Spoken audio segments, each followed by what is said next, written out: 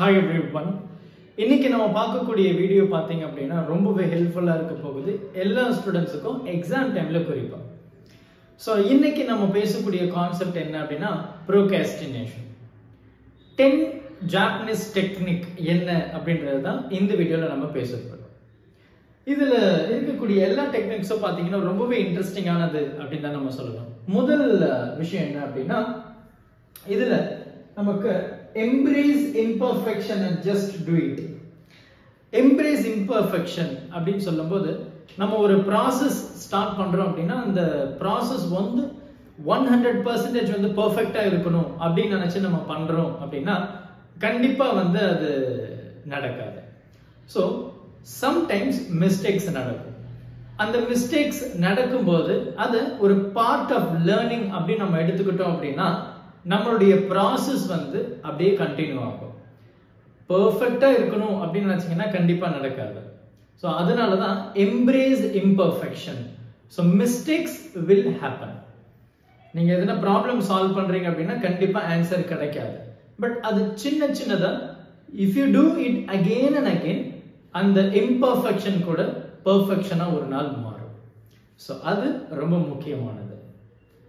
அடுத்து நம்ம பார்க்கிறது என்ன அப்படின்னா focus on small daily improvements. So சின்ன சின்ன விஷயங்கள் தான் நமக்கு வந்து பெரிய பெரிய சேஞ்சஸ் கொடுக்கும் அப்படின்னு சொல்லுவாங்க. சிறு துளி பெருவெள்ளம் அப்படின்ற மாதிரி. பெஸ்ட் எக்ஸாம்பிள் வந்து ஒரு பர்சன் ஜிம்முக்கு போறாங்க அப்படின்னா அவர் ஜிம் டே 1ல இருந்து ஒரு 300th டே அப்படின்னு நம்ம பேசணும் அப்படின்னா ஃபர்ஸ்ட் டேல அவர் பண்ணக்கூடிய சின்ன சின்ன ஆக்டிவிட்டிஸ் வந்து அதே ஆக்டிவிட்டி தான் அவர் 300th டேலையும் பண்ணுவார். But there is a huge difference. நம்ம கூட ஆல்ரெடி ஒரு சொல்லியிருக்கோம், ஒரு கல் இருக்கு, அந்த கல் நம்ம ஃபர்ஸ்ட் உடைக்கிறோம், அடிச்சுட்டு இருக்கோம், உடையல. 10வது அடியில தான் அந்த கல் வந்து உடையுது. அதனால ஃபர்ஸ்ட் அடி வேஸ்ட் அப்படின்றது இல்லை இல்லையா? ஸோ அது எல்லாமே சின்ன சின்ன சேஞ்சஸ் வந்து அந்த ஸ்டோன்ல ஏற்படும், கடைசியில் அது உடையுது. அந்த மாதிரி தான் நீங்க பண்ணக்கூடிய விஷயங்கள் சின்ன சின்னதா இருந்தாலும் அதை கண்டினியூவா பண்ணுங்க. பெரிய விஷயங்கள் எனக்கு இருக்கு படிக்கிறதுக்கு, நிறைய விஷயங்கள் படிக்கணும் அப்படின்னா உங்களுடைய மைண்டை வந்து சின்ன சின்னதுக்கு ஸ்கெடியூல் பண்ணுங்க. ஸோ நீங்க சின்ன சின்ன விஷயமா ஒரு பார்ட் பை பார்ட்டை ஸ்கெடியூல் பண்ணும்போது ஆப்வியஸ்லி உங்களுடைய பிரெயின் வந்து இது ரொம்ப டிஃபிகல்ட்டா இருக்கு அப்படின்னு நினைக்காது. ஸோ அது வந்து உங்களுக்கு ரொம்ப ரொம்ப ஹெல்ப்ஃபுல்லா இருக்கும். உங்களுடைய மைண்டுக்கு அது ரொம்ப ஈஸி அப்படின்ற தாட் முதல்ல வரும். அதுக்கு பேரு சங்கிங் அப்படின்னு சொல்லுவாங்க. ஸோ பெரிய விஷயத்த சின்ன சின்னதை பிரேக் பண்ணி அதை நம்ம ப்ராசஸ் பண்றதுக்கு பேரு. ஸோ சின்ன விஷயங்கள் பெரிய வித்தியாசத்தை ஏற்படுத்தும். Find purpose in your life. இது ரொம்ப முக்கியம். ஸோ நம்ம எதுக்காக படிக்கிறோம், நம்ம படிக்கிறோம் அப்படின்னா அதனுடைய பெனிஃபிட்ஸ் நமக்கு ஃபியூச்சர்ல எப்படி இருக்க போகுது, ஒரு 10 இயர்ஸ் கழிச்சு, ஒரு 15 இயர்ஸ் கழிச்சு நான் படிக்கிற இன்னைக்கு படிக்கக்கூடிய படிப்பு நமக்கு ஃபியூச்சர்ல எந்த மாதிரி ஹெல்ப்ஃபுல்லா இருக்க போகுது. ஒரு ஏர்ன் பண்றதாகட்டும், ஒரு வீடு கட்டுறதாகட்டும், நமக்குன்னு ஒரு தனி ஃபேமிலி வரும்போது அந்த ஃபேமிலியை ரன் பண்றதாகட்டும், இது எல்லாமே நம்ம வந்து பார்க்கணும். ஸோ நம்ம எதுக்கு படிக்கிறோம் அப்படின்றத ஃபர்ஸ்ட் நீங்க தான் கண்டுபிடிக்கிறோம். அதை நீங்க சரியா கண்டுபிடிச்சிட்டீங்க அப்படின்னாவே போதும், ஆட்டோமேட்டிக்கா நீங்க படிக்கிற எல்லா விஷயமும் உங்களுக்கு ரொம்பவே நல்லாவே இருக்கும் அப்படின்னு தான் சொல்லணும். எந்த ஒரு கட்டத்திலையும் நமக்கு வெறுப்பு வராது. ஏன்னா அந்த விஷயத்தை நீங்க பிடிச்சி விருப்பத்தோடு பண்றதுனால அந்த விஷயம் வந்து உங்களுக்கு ஈஸியா போர் அடிக்கவே அடிக்காது. ஸோ அதனால ஏன் படிக்கணும், எதுக்கு படிக்கணும், படிக்கிறதுனால என்னுடைய ஃபியூச்சர் எந்த மாதிரி இருக்க போகுது, படிக்கலன்னா என்னுடைய ஃபியூச்சர் எந்த மாதிரி இருக்க போகுது அப்படின்னு சொல்லிட்டு ஃபைண்ட் யுவர் பர்பஸ். ஸோ அதுக்கேற்ற மாதிரி யூ கீப் ஆன் ரன்னிங். அடுத்து maintain the mind set of a beginner. So இது ரொம்ப ரொம்ப ரொம்ப முக்கியம் இல்லையா? ஸோ ஃபர்ஸ்ட் உங்களுடைய மைண்ட் செட் வந்து ரொம்ப முக்கியம் அப்படின்னு தான் சொல்லி ஆகணும். நீங்க படிக்கிறதுக்கு உட்காரும்போது ரொம்ப டஃப்பான சப்ஜெக்ட் ஆகட்டும், இல்லை ரொம்ப போர் அடிக்கிற சப்ஜெக்ட் ஆகட்டும், இல்லை நம்மளுடைய டீச்சர்ஸ் ரெகுலரா திட்டிட்டு ரெகுலர் மார்க் லெஸ் ஆகக்கூடிய ஒரு சப்ஜெக்ட் ஆகட்டும், வாட் எவர் த ரீசன், ஆனா நீங்க படிச்சா மட்டும்தான் யூ கேன் சர்வைவ் அப்படின்றத நீங்க புரிஞ்சுக்கணும். ஸோ அப்போ உங்களுடைய மைண்ட் செட்டை வந்து அதுக்கு ஏற்ற மாதிரி ப்ரிப்பேர் பண்ணுங்க. ரொம்ப ரிலாக்ஸ்டா, ரொம்ப காமா ஒவ்வொரு சிச்சுவேஷன்ஸையும் ஹேண்டில் பண்ண முயற்சி பண்ணுங்க. ஒரு ப்ராப்ளம் நீங்க சால்வ் பண்ணும்போது அந்த ப்ராப்ளம் எனக்கு வரல அப்படின்னா பதட்டம் ஆக வேண்டாம். Relax your self. ஸோ உங்களுடைய மைண்ட் செட் வந்து ஒரு விஷயத்தை நீங்க பண்றதுக்கு அது ரொம்ப ஹெல்ப்ஃபுல்லா இருக்கு. கொஞ்சம் அந்த மைண்ட் செட் மாறிடுச்சு அப்படின்னா உங்களால எந்த ஒரு விஷயத்தையும் கான்சென்ட்ரேட் பண்ண முடியாது.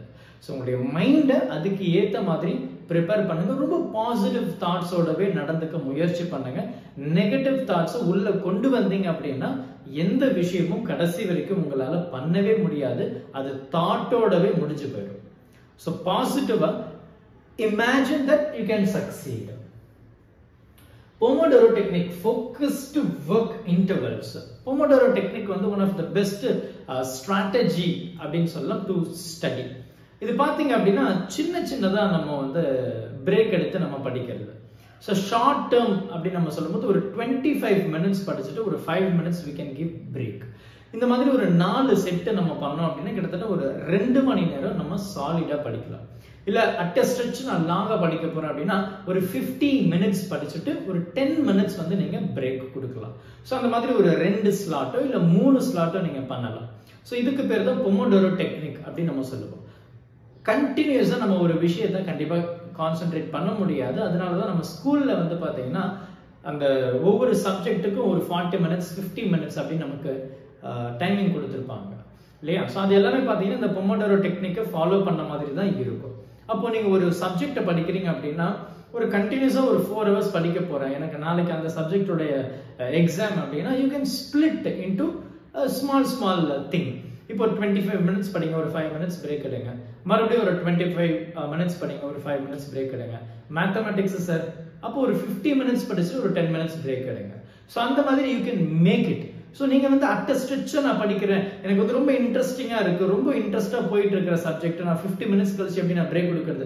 If you give you can spend some more extra time for that.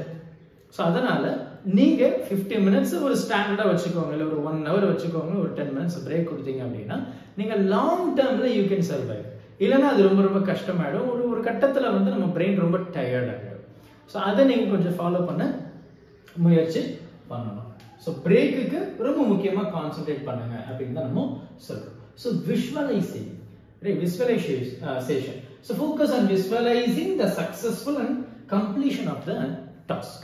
So நிறைய பேர் வந்து பாத்தீங்கன்னா ஒரு விஷஸ் இருக்கும், இதை நான் வந்து இந்த சர்டைன் டைம்ல வந்து நான் கம்ப்ளீட் பண்ணணும், அதை கம்ப்ளீட் பண்ணணும் அப்படின்னு நம்ம ஒரு தாட்டோட ஸ்டார்ட் பண்ணுவோம். ஒரு 4 o'clock ஸ்டார்ட் பண்றோம், ஒரு 5 o'clock நான் முடிச்சிடணும் அப்படின்ற ஒரு தாட்டோட நம்ம ஸ்டார்ட் பண்ணும்போது சடனா எங்கேயோ உள்ள இருந்து ஒரு தாட் வந்து உன்னால முடிக்க முடியாது, இது கண்டிப்பா நீ பண்ண முடியாது, கண்டிப்பா உன்னால இதை அச்சீவ் பண்ண முடியாது அப்படின்ற ஒரு தாட் நமக்குள்ள ஓடிக்கிட்டே இருக்கும்.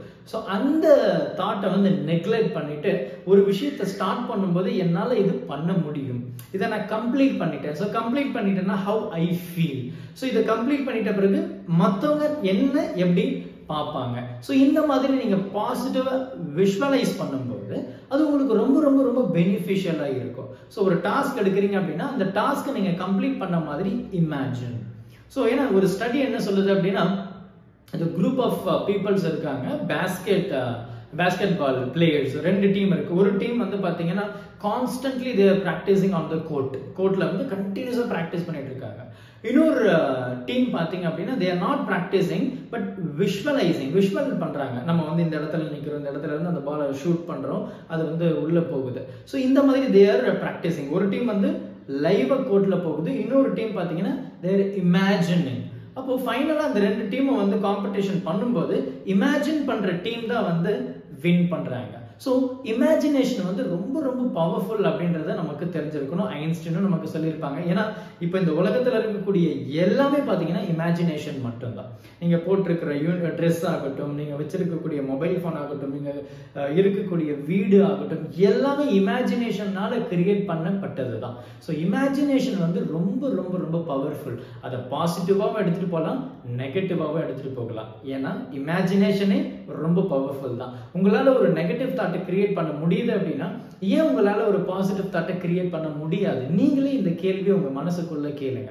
ஒரு விஷயம் பண்ணும்போது என்னால பண்ண முடியாதுன்னு தோன்ற அந்த தாட்டை என்னால பண்ண முடியும் அப்படின்னு நீங்க மாத்திட்டீங்க அப்படின்னாவே நமக்கு பாதி சக்சஸ் அங்க கிடைச்சிரும் அப்படின்னு தான் நம்ம சொல்லி ஆகணும். So visualise that you are completing your task on time. Create an inner state of calmness amidst chaos and stress. So mindfulness practice பண்ணோம். ஏர்லி மார்னிங் எழுந்திரிச்சுட்டு just practice for 15 minutes. So நீங்க வந்து ஜஸ்ட் டூ மைண்ட்ஃபுல்னஸ், சும்மா ஒரு breathing exercise பண்ணுங்க, breathe in breathe out அப்படின்ற மாதிரி ஒரு காம் பிளேஸ்ல ஐசோலேட் யுவர் செல்ஃப். அங்க உட்காந்து just breath in breathe out, concentrate, உங்களுடைய பிரெத்ல மட்டும் கான்சென்ட்ரேட் பண்ணுங்க. ஸோ அதுவே வந்து போதுமானது. ஏகப்பட்ட தாட்ஸ் வரும், of course it will happen, but with practice அது ரொம்ப ரொம்ப ஈஸியா இருக்கும் அப்படின்னு தான் சொல்லணும். Because you can concentrate more, not only on studies but taking a decision at difficult situations also ஹெல்ப்ஃபுல்லா இருக்கும் அப்படின்னு சொல்லலாம். நீங்க வந்து அந்த பெரிய டிஸ்ட்ராக்ஷன்ஸோட இல்லாம you will take the clear decisions. அது உங்களுக்கு ஸ்டடீஸ்க்கு மட்டும் இல்லாம உங்களுடைய லைஃப்லயும் ரொம்ப ரொம்ப ஹெல்ப்ஃபுல்லா இருக்கும் அப்படின்னு தான் நம்ம சொல்லணும். So practice mindfulness. Focus your attentions on the present moment without judgment. இது ரொம்ப முக்கியம். present moment நம்ம கான்சென்ட்ரேட் பண்றதே கிடையாது. ஸோ நாளைக்கு என்ன நடக்கும், நான் இப்போ பண்றது நாளைக்கு எந்த மாதிரி எனக்கு பாதிப்பு ஏற்படுத்த போகுது, ஸோ நாளைக்கு என்ன நடக்கும், நம்ம இதுக்கு முன்னாடி சரியா தான் பண்ணோமா, இந்த மாதிரி நம்ம பாஸ்ட் டென்ஸையும் ஃபியூச்சரையும் நம்ம சேர்த்து குழப்பி நம்மளுடைய ப்ரெசென்ட்டை வந்து டெமாலிஷ் பண்ணிடுறோம். ஸோ அதனால நாளைக்கு என்ன நடக்குது, அடுத்து என்ன நடக்குது, என்ன நடந்தது அப்படின்றத கான்சென்ட்ரேட் பண்ணாம ஃபோக்கஸ் ஆன் ப்ரெசென்ட் மூமெண்ட். இப்போ என்ன பண்ணணும்? இப்போ நீங்க தண்ணிக்குள்ள குதிச்சிட்டீங்க, உங்களுக்கு நீச்சல் தெரியல, நீங்க வந்து என்ன பண்ணுவீங்க? ஐயோ நான் செத்துட்டேனா எப்படி இருக்கும்னு யோசிப்பீங்களா? உங்களுடைய மூச்சு காத்துக்காக நீங்க யோசிப்பீங்களா? அதுக்காக தவிப்பீங்களா? மூச்சு காத்து தான் இல்லையா? ஸோ ப்ரெசென்ட் மூமெண்ட்டை நீங்க ஃபோக்கஸ் பண்ணீங்க அப்படின்னாவே போதும், ஆட்டோமேட்டிக்கா ஃபியூச்சர் நீங்க விருப்பப்பட்ட மாதிரி மாறிடும். ஸோ ஃபியூச்சர் எனக்கு இப்படி இருக்கணும் இமேஜின் பண்றதை தாண்டி focus on present moment. So நீங்க வந்து அந்த இடத்துக்கு நான் போகணும்னு உட்காந்துக்கிட்டே இருந்து நினைச்சீங்கன்னா கண்டிப்பா முடியாது. So you have to take a step. So present மூமெண்ட்டை நீங்க ப்ராப்பரா ஆர்கனைஸ் பண்ணீங்க அப்படின்னா உங்களுடைய ஃபியூச்சர் நீங்க எதிர்பார்த்தது மாதிரி இருக்கும். ஸோ ப்ரெசென்ட் மூமெண்ட்டை கான்சென்ட்ரேட் பண்ண மிஸ் பண்ணிட்டீங்கன்னா நீங்க எதிர்பார்த்த மாதிரி ஃபியூச்சர் கண்டிப்பா நடக்காது. So focus on present moment, அது ரொம்ப ரொம்ப முக்கியம். Clean and organise your environment. So நீங்க படிக்கக்கூடிய இடம், அட்மாஸ்பியர் ரொம்ப முக்கியம். நீங்க படிக்க போற இடத்துல வந்து இந்த உங்களுடைய மைண்ட் டிஸ்ட்ராக்ஷன் ஆகிற அளவுக்கு எந்த பொருளும் இருக்கக்கூடாது. எலக்ட்ரானிக் கேஜெட்ஸ் ஆகட்டும், what ever the thing. So அந்த மாதிரி விஷயத்தை பெரும்பாலும் அவாய்ட் பண்ண முயற்சி பண்ணுங்க. ஏன்னா அது எல்லாம் நம்ம கான்சென்ட்ரேட் பண்ணிட்டோம்னு வச்சுக்கோங்களேன், ஸோ வி கேனாட் சர்வைவ். உங்களால சரியா படிக்க முடியாது, சரியா கான்சென்ட்ரேட் பண்ணவும் முடியாது.